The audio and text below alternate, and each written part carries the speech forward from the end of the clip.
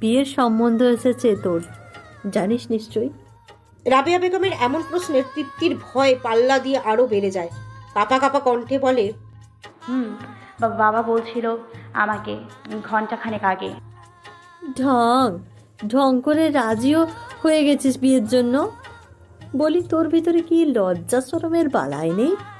বাপে বিয়ের কথা বললো আর সঙ্গে সঙ্গে রাজি হইয়া যাবি? এটা তো নির্লজ্জপনার একটা অংশ। রাবেয়া বেগমের এমন কথায় তৃপ্তি মাথা নিচু রাখা অবস্থাতেই টপ টপ করে চোখের পানি ফেলতে লাগলো। কি বলবে সেই কথার প্রত্যুত্তরে? কি বলা উচিত ওর? আদৌ কি কিছু বলা উচিত? তুই তোর বাপরে বলবি যে তুই ওই ছেলেরে বিয়ে করবি না।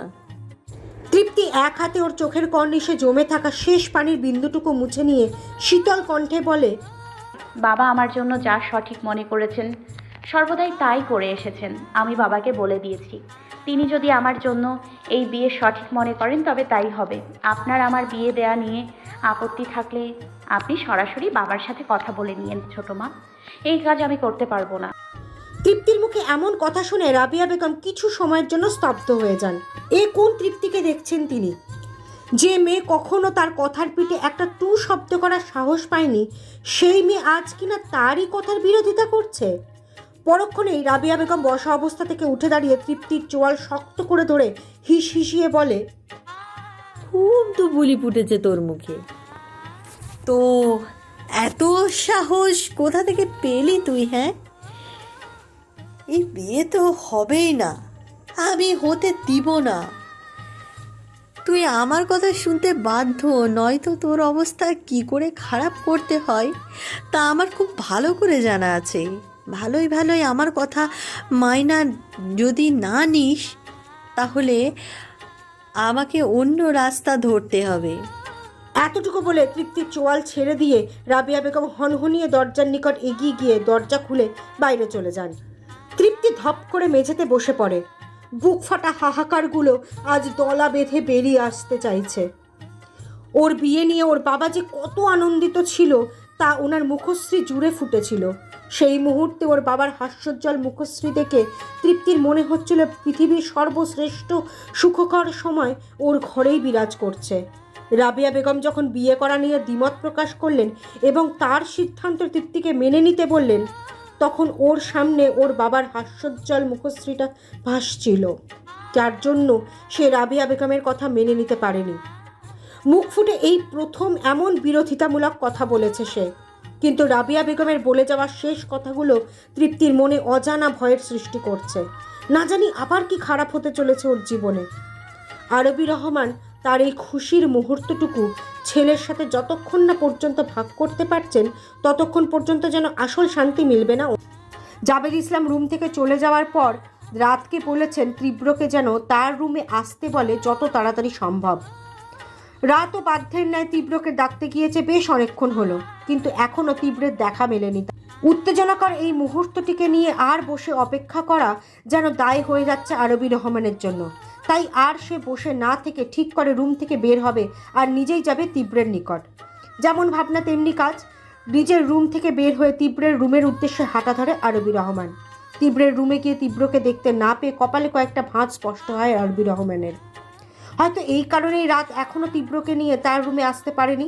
পর মুহূর্তেই চিন্তা করেন একবার তৃপ্তির রুমে যাবেন তিনি, ওর সাথে এই আনন্দের মুহূর্তটুকু ভাগ করে নিলে মন্দ হবে না। তৃপ্তির রুমের উদ্দেশ্যে হাঁটা ধরেন আরবি রহমান। মাঝপথে একটা রুমের সামনে দিয়ে যেতে গিয়ে থেমে যান আরবি রহমান। দু কদম পিছতেই রেজিয়াকে চোখে পড়ে তার। রেজিয়া এখনও নিজের শরীরে পোশাক জড়িয়ে দেখতে ব্যস্ত ছিল।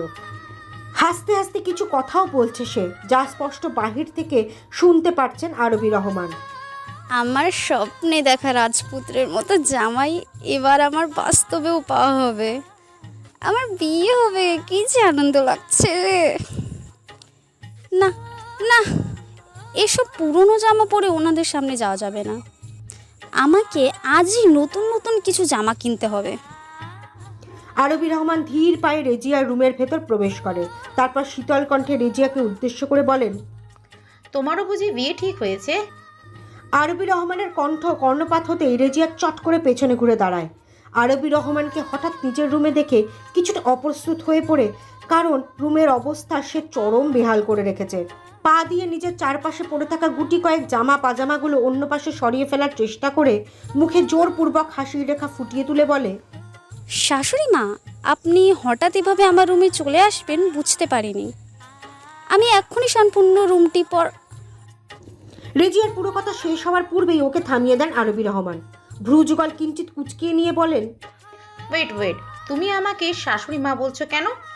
ও মা, আপনি তো আমার শাশুড়ি মাই হবেন কিছুদিন পর। আপনার ছেলের সাথে আমার বিয়ে হলে তো তখন তো আপনাকে আমার এই নামেই ডাকতে হবে, তাই এখন থেকেই ডেকে ফ্রি হওয়ার চেষ্টা করছিলাম। রেজিয়ার এমন কথায় আরবি রহমান অনেকটা অবাক হন।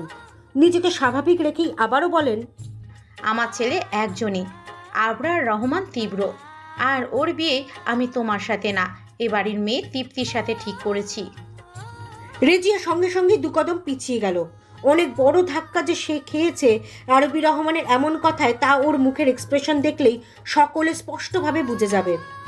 কিছু সময় স্তব্ধ থাকে রেজিয়া, পর মুহূর্তেই হঠাৎ চিৎকার করে নিজের মাকে ডাকতে শুরু করে। রেজিয়ার এমন আচরণে আরবি রহমানের চোখে মুখে বিরক্তির ছাপ স্পষ্ট ফুটে ওঠে। এত জোরে চেঁচাচ্ছে যেন কানের পর্দা ফেটে যাবে এই মুহূর্তে। আরবি রহমান রাগান্বিত হয়ে ধমকের সুরে রেজিয়াকে উদ্দেশ্য করে বলেন, এই মেয়ে থামো, এমন অসভ্যের মতো চিল্লাচ্ছ কেন?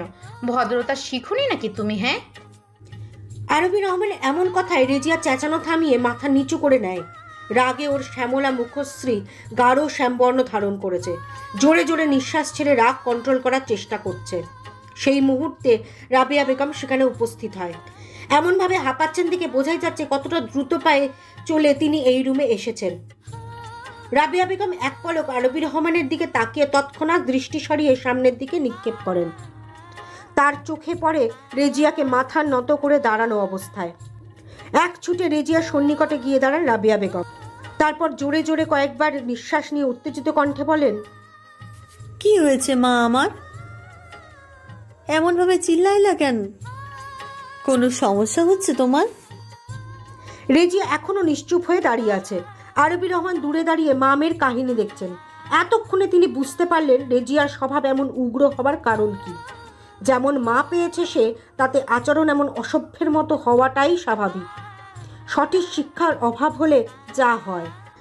রাবিয়া বেগম বারংবার মেয়ের নিকট সমস্যার কারণ জানতে চেয়েও রেজিয়ার মুখ থেকে একটা টু শব্দ বের করতে পারেন না।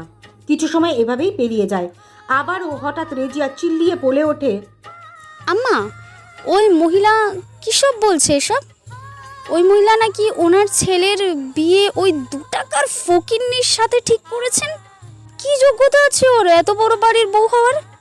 কি যোগ্যতা আছে ওর এত সুন্দর জামাই পাওয়ার? ওকে তো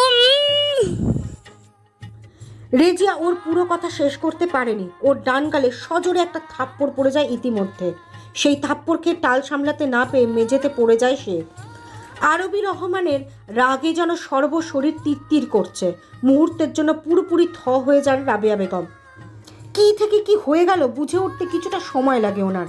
আরবি রহমান রাবিয়া বেগমের দিকে অগ্নিদৃষ্টি নিক্ষেপ করে রাগে হিসিয়ে বলেন, আপনার নিজের মধ্যে তো সঠিক শিক্ষার চিহ্নও নেই। অন্তত নিজের মেয়ের মধ্যে মনুষ্যত্ব বোধের সঠিক শিক্ষাটা দান করতে পারলে তৃপ্তিকে নিয়ে আপনি বা আপনার মেয়ে আর একটা বাজে শব্দও যদি করেছেন, আপনাদের অবস্থা আমি এমন দুর্বিষহ করে দিব যে আফসোস করেও কোনো কুল কিনারা খুঁজে পাবেন না রাবিয়া বেগম। রাবিয়া বেগমকে কথাগুলো বলে হাঁটু ভেঙে রেজিয়ার নিকট বসেন আরবি রহমান। তারপর ওর চুলের পেছনের অংশ নিজের হাতে মুষ্টিবদ্ধ করে নিয়ে ওর মাথা উঁচু করে ধরে বলেন, নিজের সাথে তৃপ্তিকে তুলনা করতে আসিস না। ও হলো খাঁটি হীরার থেকেও মূল্যবান, আর তুই ময়লার আস্তানায় পড়ে থাকা পাথর, যার কোনো মূল্য নেই। ওর মধ্যে সেই সকল যোগ্যতা আছে আমার পরিবারে আমার ছেলের বউ হওয়ার। তোর তো আমার বাড়ির সামনের রাস্তা ঝাড়ু দেওয়ারও যোগ্যতা নেই। নেক্সট টাইম যদি তৃপ্তিকে নিয়ে তোর এই মুখ দিয়ে একটা টু শব্দ বের করতে শুনি, তাহলে তোর মুখ আমি ভেঙে ফেলবো একেবারে।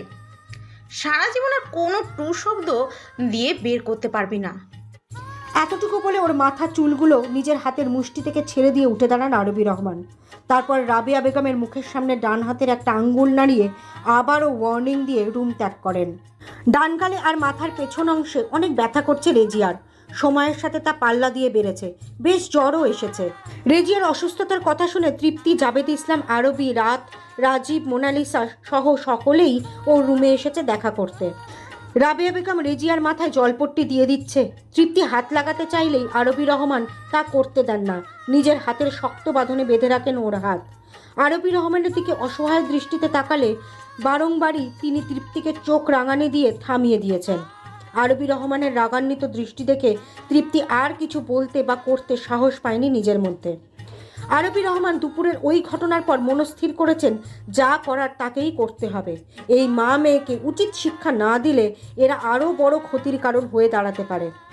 দুপুরের ঘটনাটি 3 জন মানুষের মধ্যেই সীমাবদ্ধ আছে এখনও। জাবেদ ইসলাম হঠাৎ রেজিয়ার এমন অসুস্থ হয়ে পড়ার কারণ জানতে চাইলে রাবেয়া বেগম পরিস্থিতি সামলাতে মিথ্যে অজুহাত দেখিয়েছেন। বেশ কিছু সময় পেরিয়ে গেলে রাবেয়া বেগম, আরবি রহমান আর তৃপ্তি ছাড়া সকলেই রেজিয়ার রুম ত্যাগ করেন। আরবি রহমান রুমের দরজা ভেতর থেকে আটকে দিয়ে রেজিয়ার পাশে বসে পড়েন। তৃপ্তি স্বাভাবিকভাবেই দাঁড়িয়ে আছে। আরবি রহমান তৃপ্তিকে উদ্দেশ্য করে বললেন, জানিস তৃপ্তি, পাপ কখনো তার বাপকেও ছাড় দেয় না। পাপের কলস যখন পূর্ণ হয়ে যায় তখন ঠিকই সকলের উল্টো গণনার দিন শুরু হয়ে যায়। ধীরে ধীরে সকলকেই তার করা প্রতিটি পাপের হিসাব চুকিয়ে দিতে হয় কোনো না কোনোভাবেই। আরবি রহমানের হঠাৎ এমন কথা বলার মানে তৃপ্তি বুঝে উঠতে পারে না। আশ্চর্যকর দৃষ্টিতে তাকিয়ে আছে আরবি রহমানের দিকে। রাবেয়া বেগম ঠিকই বুঝতে পেরেছেন আরবি রহমান কি বোঝাতে চাইছেন, এই মুহূর্তে এমন কথা বলেছেন, কিন্তু মুখ ফুটে কিছু বলছেন না। হাত দিয়ে বিছানার চাদর মুষ্টিবদ্ধ করে নিজের ভেতর সৃষ্টি হওয়া রাগের মাত্রাকে কন্ট্রোল করার চেষ্টা চালিয়ে যাচ্ছেন। আরবি রহমানের দৃষ্টি রাবেয়া বেগমের সেই হাতের ওপর স্থির এবং ঠোঁটের কোণে রহস্যের হাসি বিরাজমান। কিছু সময় নীরবতার পর আরবি রহমান আবারও বলে ওঠেন, এত আলতো শরীরে বড় করছেন মেয়েকে যে সামান্য ধকল সহ্য করতে না পেরেই বিছানা শয্যাশায়ী হয়ে গেল। আহারে, কষ্ট হচ্ছে খুব। আরবি রহমানের ভেঙানো সুরে বলা কথাগুলো যেন রাবেয়া বেগমের শরীরে কাঁটার মতো বিঁধছে। আরবি রহমান আর কিছু না বলে বসা অবস্থা থেকে উঠে দাঁড়ান। তারপর তৃপ্তির হাত ধরে নিজের সাথে নিয়ে রেজিয়ার রুম থেকে বেরিয়ে যান। আরবি রহমান আর তৃপ্তি বেরিয়ে যাওয়া মাত্রই রাবেয়া বিছানার পাশে থাকা বেডসাইড টেবিলের ওপর রাখা সব জিনিস হাতের ধাক্কায় ফেলে দিয়ে রাগে ফুঁসতে থাকেন। তৃপ্তিকে নিজের সাথে নিজের রুমে এনেছেন আরবি রহমান। তারপর দরজা ভেতর থেকে আটকে দিয়ে তৃপ্তির সন্নিকটে এসে দাঁড়িয়ে তীক্ষ্ণ দৃষ্টি নিক্ষেপ করেন ওর দিকে। তৃপ্তির মনের মধ্যে একরাশ প্রশ্ন ঘুরপাক খাচ্ছে।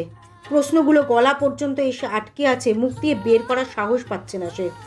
আরবি রহমান তৃপ্তিকে এমন উসকুস করতে দেখে হালকা ধমকের সুরে বলেন, কি সমস্যা? আরবি রহমানের ধমকে কেঁপে ওঠেন তৃপ্তি। কাপা কাপা কণ্ঠে বলে, রেজিয়া আপুর জন্য চিন্তা হচ্ছে আমার। আমাকে ওনার কাছে যেতে দিলেন না কেন? তৃপ্তির মুখে এমন কথা শুনে আরবি রহমানের যেন রাগে শরীর জ্বলছে। এই মেয়ে এত বেশি সহজ সরল কেন তাই বুঝে উঠতে পারছেন না তিনি। ওরা মা মেয়ে, ওকে এত অত্যাচার অপমান করে তারপরেও নির্লজ্জের মতো ওদের নিয়েই হাজার চিন্তায়ের। আরবি রহমান তৃপ্তির দুকাঁধে নিজের দুহাত রেখে বেশ উচ্চস্বরে ধমক দিয়ে বললেন, ইচ্ছে তো করছে তোর দু গালে পরপর কয়েকটা থাপ্পড় বসিয়ে দিই। যে ভালো মানুষের আচরণ সবার সাথে দেখাস, এতে কিছুদিন পর ওরা তোকে তোদের পায়ের নিচে পিষে ফেলবে। তোর নিজের অস্তিত্ব বলতে আর কিচ্ছু থাকবে না। অন্যায় যে সয় আর অন্যায় যে করে দুজনেই সমান অপরাধী হয়। আর তোর তো এখন আক্কেল হওয়া উচিত। তুই যা ডিজার্ভ করিস তোর সেই পাওনাগুলো, অধিকারগুলো বরাবরই ওরা নিজেরা তোর থেকে ছিনিয়ে নিয়ে তোকে বঞ্চিত করেছে। নিজের ভালো কিসে হয় তা এখন বুঝতে শিখ তৃপ্তি। নিজের পাওনা অধিকারগুলোকে আর ওদের ছিনিয়ে নিতে দিস না। ওরা কখনো তোর এই ভালোবাসার মর্ম দিবে না। তোর ভালোবাসাকে ওরা তোর দুর্বলতা মনে করে, বারংবারই তোকে আঘাত করবে। নিজেকে বদলা। আরবি রহমানের বলা প্রত্যেকটি কথা তৃপ্তি শুনছে, খুব মনোযোগ সহকারেই শুনছে। কিন্তু আশ্চর্যের বিষয়, আজ তৃপ্তির চোখ ছলছল করছে না, পড়ছে না তার ফর্সা গাল দুটো বেয়ে এক ফোঁটাও নোনা জল। আরবি রহমানের শুরু থেকে শেষ পর্যন্ত বলা প্রত্যেকটি কথা পাথরের মূর্তির ন্যায় মাথা নিচু করে রাখা অবস্থাতেই শ্রবণ করল তৃপ্তি। আরবি রহমান কিছু সময় তৃপ্তির দিকে তাকিয়ে রইলেন, হয়তো কিছু বলবে সেই আশায়, কিন্তু না, তৃপ্তি তার কথাগুলোর কোনো প্রত্যুত্তরই করেনি। হতাশ হয়ে আরবি রহমান তৃপ্তির বিছানায় বসলে মাথার দুপাশে দুহাত রেখে চোখ বুজে ফেললেন। নিজের রুমে ব্যালকনিতে দাঁড়িয়ে বাইরের দিকে উদাসীন দৃষ্টি নিক্ষেপ করে রেখেছে নূর। হাতে দুমক কফি নিয়ে নূরের রুমে প্রবেশ করে আদিত্য। রুমের ভেতর নূরকে না পেয়ে হালকা ঝুঁকে ব্যালকনির দিকে উকি দেয়। তৎক্ষণাৎ নূরকে চোখে পড়ে আদিত্যর। ধীর পায়ে নূরের সন্নিকটে গিয়ে দাঁড়ায় আদিত্য। দৃষ্টি নিক্ষেপ করে তার মায়া বিলাসিনীর অর্ধ সাইডের মুখশ্রী প্রাণে। কিছু সময় তাকিয়ে থাকার পর কফির মগটা নূরের দিকে এগিয়ে দিয়ে প্রশ্নসিক্ত কণ্ঠে বলে, এভাবে এক নজরে বাহিরের দিকে কি দেখছিস? নূর হালকা কেঁপে ওঠে। এই মুহূর্তে আদিত্যর উপস্থিতি আর ওর কথা যেন নূরের কাছে অপ্রত্যাশিত একটা ব্যাপার। কফির মগটা হাতে নিয়ে অন্য হাতের আঙ্গুল উঠিয়ে নিজের দৃষ্টি অনুসরণ করে সামনের দিকে ইশারা দিয়ে ধীর কণ্ঠে বলে, ওই যে দেখছেন কৃষ্ণচূড়ার বিশালখানা গাছটি, ওই গাছে ঝরে যাওয়া পাতায় ডালে দুটো টুনটুনি পাখি প্রতিদিন একত্রিত হয়ে ভালোবাসা আদান প্রদান করে। নূরের ইশারা অনুসরণ করে আদিত্য সেদিকে দৃষ্টি নিক্ষেপ করে। দেখতে পায় সত্যিই ছোট ছোট দুটো টুনটুনি পাখি একটা ডালে একদম সন্নিকটে বসে আছে। ওদের দেখে এটাই বোঝার কথা যে ওরা ভালোবাসা আদান প্রদান করছে। নূর আবার বলে, মানুষরা ভীষণ স্বার্থলোভী হতে পারে, কিন্তু এই পশু পাখিগুলো আছে পৃথিবী জুড়ে যারা বিনা স্বার্থে ভালোবাসতে জানে। এদের দেখে মানুষদের শেখা উচিত প্রকৃত ভালোবাসা কী জিনিস। এতটুকু বলে নূর থেমে যায়। ওর ভেতর থেকে একটা জোরালো নিঃশ্বাস বেরিয়ে আসে। আদিত্য বাহির থেকে দৃষ্টি সরিয়ে নূরের দিকে ওর দৃষ্টি স্থির করে রেখেছিল। নূরের বলা কথাগুলো শুনে আদিত্য আনমনেই বলে, ভালোবাসতে তো চাই, কিন্তু তুই তো বারংবার দূরে সরিয়ে দিস। আদিত্যের এমন কথা নূরের কর্ণপাত হতেই ও ওর ভ্রু কুটিয়ে আদিত্যের দিকে তাকায় আর বলে, ভালোবাসা এত সস্তা জিনিস নয় যে চাইলাম আর সঙ্গে সঙ্গে পেয়ে গেলাম। যে ভালোবাসা খুব সহজে মানুষ পেয়ে যায় তার মূল্য দ্রুত ফুরিয়ে যায়। যখন ভালোবাসার মানুষের মনে গভীরভাবে জায়গা করতে সক্ষম হয়, কেবল তখনই সে অন্যজনের ভালোবাসা পাওয়ার ডিজার্ভ করে, তার আগে নয়। এতটুকু বলে নূর ব্যালকনি ত্যাগ করে। আদিত্য এক পলক নূরের যাওয়ার দিকে দেখে পরক্ষণেই দৃষ্টি সরিয়ে নেয়। আজ ওর নিজের মনকে নিজেরই অনেক প্রশ্ন করতে ইচ্ছে হচ্ছে, কিন্তু করে কি লাভ? মন তো আর কথা বলতে পারে না। আচ্ছা, মন যদি কথা বলতে নাই পারে, তাহলে নিজের চারপাশে হওয়া প্রত্যেকটি কাজ, ঘটনার ভালো খারাপ অনুভূতিগুলো প্রকাশ ঘটায় কিভাবে? এগুলো কি যথেষ্ট না মন যে কথা বলে তা বোঝার জন্য? তীব্র রাতের থেকে জানতে পেরেছে কিছু সময় পূর্বেই যে তৃপ্তি ওর রুমে আছে ছোট মায়ের সাথে। তাই তৃপ্তির রুমের দরজার বাইরে কিছুটা দূরত্ব বজায় রেখে পিলারের সাথে হেলান দিয়ে দাঁড়িয়ে আছে তীব্র। বারংবার হাতে থাকা ঘড়িটির দিকে দেখছে কখন বের হবে ওর ছোট মা তৃপ্তির রুম থেকে, আর সে তৃপ্তির রুমে প্রবেশ করবে। কারণ তৃপ্তিকে ওর কিছু কথা বলার ছিল। এই অপেক্ষা জিনিসটাই চরম বিরক্তির একটা অংশ। তীব্রের অপেক্ষার সীমা ইতিমধ্যে অতিক্রম হয়ে গিয়েছে। তাই সে ধীর পায়ে তৃপ্তির দরজার সামনে গিয়ে দাঁড়ায়। তারপর জোরালো একটা নিঃশ্বাস ছেড়ে পরপর 3 বার জোরে জোরে দরজায় টোকা দিয়ে আড়ালে সরে যায়। বারংবার দরজায় কে টোকা দিয়ে বিরক্ত করছে এমন একটা পরিস্থিতিতে তা দেখতে আরবি রহমান দরজা খুলে রুমের বাইরে এসে চারপাশে একবার চোখ বুলিয়ে নেন, কিন্তু কাউকে তার চোখে পড়ে না। যেই না আবারও রুমের ভেতর প্রবেশ করবেন, সেই মুহূর্তেই পিলারের আড়াল থেকে কারো টি শার্টের অল্প অংশ বেরিয়ে আছে এমন চোখে পড়ে আরবি রহমানের। ভ্রু কুটিয়ে তীক্ষ্ণ দৃষ্টি নিক্ষেপ করে টি শার্টটি পর্যবেক্ষণ করে মুহূর্তেই চিনতে পারেন এটা তীব্রের টি শার্ট। আর যেভাবে পিলারের আড়ালে দাঁড়িয়ে আছে তাতে আরবি রহমানের কাছে এই বিষয়টাও পরিষ্কার হয় যে দরজায় টোকা দেওয়ার কাজটাও তীব্র ছাড়া দ্বিতীয় কোনো ব্যক্তির নয়। তীব্রের এমন ছেলে মানুষই কাজ দেখে আরবি রহমানের হাসি পায় ভীষণ, কিন্তু না, এই মুহূর্তে হাসিটাকে ভেতরেই দমিয়ে রাখতে হবে। পেছন ঘুরে এক পলক তৃপ্তিকে দেখে নেন, কেমন মুখ গোমড়া করে নীরব হয়ে বসে আছে বিছানায়।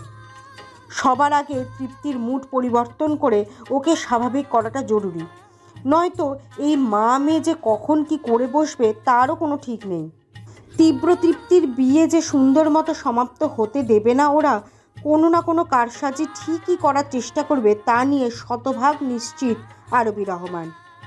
অনেক বেশি সতর্ক থাকতে হবে তাকে এই বিষয় নিয়ে, আর তীব্রকেও এদের বিষয় নিয়ে অবগত রাখতে হবে। আরবি রহমান ছোট করে একটা নিঃশ্বাস ছেড়ে পা টিপে টিপে সেই পিলারের পাশে এসে দাঁড়িয়ে পড়েন।